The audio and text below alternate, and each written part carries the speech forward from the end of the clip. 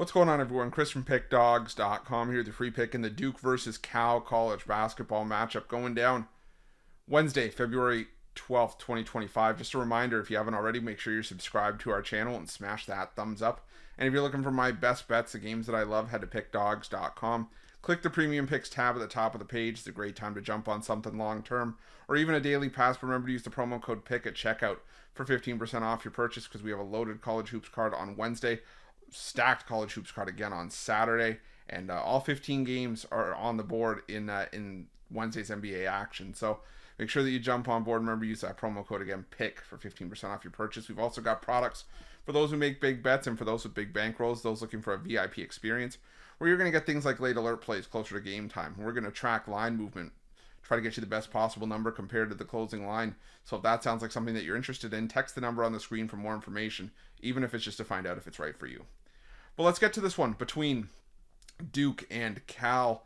You got Duke coming into this one with a record of 20-3 on the year, 14-9 against the number after a 77-71 loss to Clemson on the road in their last matchup, while Cal comes in off a 76-66 loss at home to Wake Forest in their last game. And you know, the thing with Duke is that I was on Duke in that game against Clemson because I was just one of those people that was just like, look, until I had a reason to fade Duke or until I had a reason to go against Duke, I wasn't going to do it because they were running roughshod through the ACC. And there was even a time where Ken Pom had Duke projected to run the table in the ACC or even go 19-1. It was one of those two, but it was still expected them to dominate, and they still could.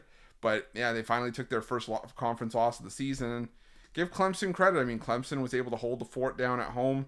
They rallied for us in the second half. Duke led by 6, and then Clemson turned it around and got the job done. But now Duke returns home, and I think Cal is it's going to be a tough spot for Cal. I mean, this is a Cal team that has hung around with SMU on the road. They went to SMU a couple weeks ago and lost by 11, catching 13 points, but they've also lost by 26, catching 15.5 at North Carolina.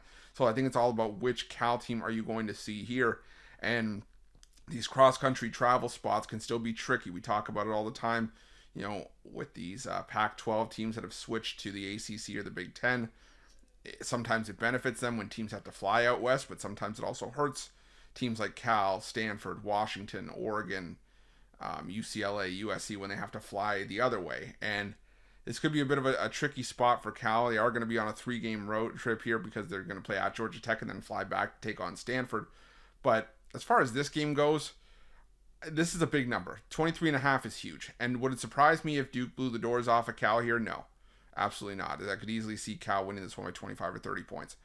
But I could also see Cal maybe sneaking in, hanging around, maybe losing this one by 19 or 20.